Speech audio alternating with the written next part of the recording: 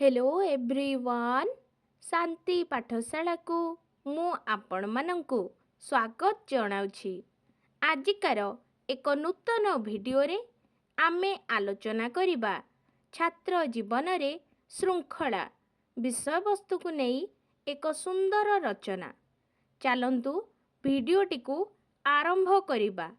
ता पूर्वरु चैनल को सब्सक्राइब करिनियंतु एवं पाखरे थिबा बेल आइकन टी को प्रेस करि दियंतु। कर्म जंजाल रे मनीष बंधा किंतु समस्त कर्म को समयर मूल्य बुझी उपयुक्त समय रे संपादन कले एहा अधिक सहज होइथाए। एपरि कर्म करिबाकू हेले प्रथमे निजको श्रृंखलित हेबाकू पड़िथाए। एही श्रृंखला ज्ञान जणे छात्र तार परिवार परिवेशरु ही शिक्षा करिथाए। कोमलमती शिशुर मस्तिष्क सादा कागज परी परिष्कार स्वच्छ। सेथिरे आमे जहा लेखिदेउ ताहा लिपिबद्ध होई रही जाए। सेमिति पिलाटिए को आमे जेमिति गढ़ी आनिबाकू चाहिबा से सेमिति गढ़ी होई जीव। श्रृंखला जीवन को सुंदर करे। विशृंखलित जीवन सबुबेले विपर्यस्त। एही निराट सत्य को हृदयंगम करी छात्र मनरे अनुरूप धारणा सृष्टि कराई प्रथमरु ताकू सचेतन कराइबा उचित। श्रृंखला गोटिए छात्र पाई महाज्ञान। एहा तार बौद्धिक विकास घटाई थाए। श्रृंखलित छात्र समयानुवर्तित साहसी सत्यनिष्ठ आत्म सचेतनशील तथा न्यायवान होई थाए। पिलाटिए तार शैशवरु जरा पर्यंत ଯେଉଁ ସବୁ ସ୍ତର ଦେଇ ଗତି କରେ ଯଦି ତାର ଶୃଙ୍ଖଳା ବିଷୟରେ ଜ୍ଞାନ ଥାଏ ତେବେ ସେ ଜୀବନରେ ସବୁ ପରିସ୍ଥିତିକୁ ସାହସର ସହ ମୁକାବିଲା କରିପାରେ। ଶୃଙ୍ଖଳିତ ଜୀବନ ଚର୍ଯ୍ୟା ଗୋଟିଏ ଛାତ୍ରର ଅନ୍ତର୍ନିହିତ ପ୍ରତିଭାକୁ ପରିପ୍ରକାଶ କରାଇବାରେ ଅନେକ ସାହାଯ୍ୟ କରେ। ଶୃଙ୍ଖଳା ଗୋଟିଏ ଛାତ୍ରକୁ ଆଣିଦିଏ ସୁଫଳ ପ୍ରତିଷ୍ଠା। ନିଷ୍ଠାପର ଓ ନିର୍ଭୀକତାର ସହ ବଞ୍ଚି ରହିବା ପାଇଁ ଶୃଙ୍ଖଳା ହିଁ ଆମ ଭିତରେ ଭରିଦିଏ ଧୈର୍ଯ୍ୟ। ଜୀବନର ପ୍ରତ୍ୟେକ ସ୍ତରରେ ଶୃଙ୍ଖଳାର ଆବଶ୍ୟକତାକୁ ଉପଲବ୍ଧି କରିହୁଏ। ଗୃହ ହେଉ ଶିକ୍ଷାୟତନ ହେଉ ଯାନିଯାତ୍ରା ଅବା ସରକାରୀ କାର୍ଯ୍ୟାଳୟ ହେଉ ସବୁ କ୍ଷେତ୍ରରେ ଶୃଙ୍ଖଳା ଜଣେ ଛାତ୍ର କିମ୍ବା ଜଣେ ବ୍ୟକ୍ତିର ବ୍ୟକ୍ତିତ୍ୱକୁ ପରିବର୍ଦ୍ଧିତ ବା ବିକଶିତ କରାଇଥାଏ। ଏଇ ଯେମିତି ବିଦ୍ୟାଳୟ ପରିବେଶ। ଏହା ହେଉଛି ଏକ ବିଦ୍ୟାର ମନ୍ଦିର।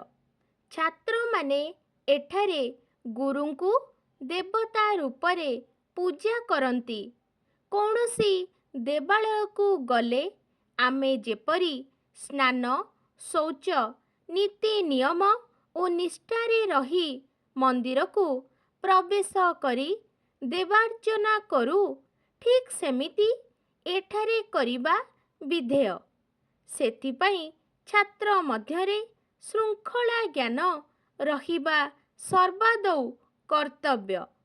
ନିର୍ଦ୍ଦିଷ୍ଟ ସମୟରେ ସ୍କୁଲରେ ଯୋଗଦେବା, ପ୍ରାର୍ଥନା ସଭାରେ ଶୃଙ୍ଖଳା ରକ୍ଷା କରିବା, ଶ୍ରେଣୀରେ ଶୃଙ୍ଖଳା ରକ୍ଷା କରିବା, ଗୁରୁଙ୍କ ଅନୁପସ୍ଥିତିରେ ବିଶୃଙ୍ଖଳା ଆଚରଣ ପ୍ରଦର୍ଶନ ନ କରିବା, ନିର୍ଦ୍ଦିଷ୍ଟ ସମୟରେ ଶୃଙ୍ଖଳାର ସହିତ ଗୃହକୁ ଫେରିବା ଆଦି ଅଭ୍ୟାସ ଗୁଡ଼ିକ ପ୍ରତି ବିଦ୍ୟାର୍ଥୀ ସଚେତନ ହେବା ବାଞ୍ଛନୀୟ। ଗୃହ ପରିବେଶରେ ବିଦ୍ୟାର୍ଥୀ ଶୃଙ୍ଖଳାର ସହିତ ନିଜର ନିତ୍ୟକର୍ମ ସମାପନ କରିବା, ପଠନ ପ୍ରକ୍ରିୟା ତଥା ନିର୍ଦ୍ଦିଷ୍ଟ ସମୟରେ ଭୋଜନ ସାରି ବିଦ୍ୟାଳୟ ଉଦ୍ଦେଶ୍ୟରେ ଗମନ କରିବା ଆଦି କାର୍ଯ୍ୟ କଲେ ଏହା ସହଜ ଓ ଉପଯୁକ୍ତ ନିର୍ଘଣ୍ଟ ସମୟ ମଧ୍ୟରେ ହୋଇଯାଏ।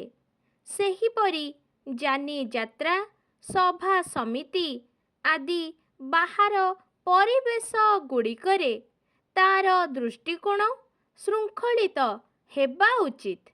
ଏହା ଦ୍ୱାରା କୌଣସି ଅପ୍ରୀତିକର ପରିସ୍ଥିତିକୁ ଏଡ଼ାଇ ଦିଆଯାଇପାରିବ।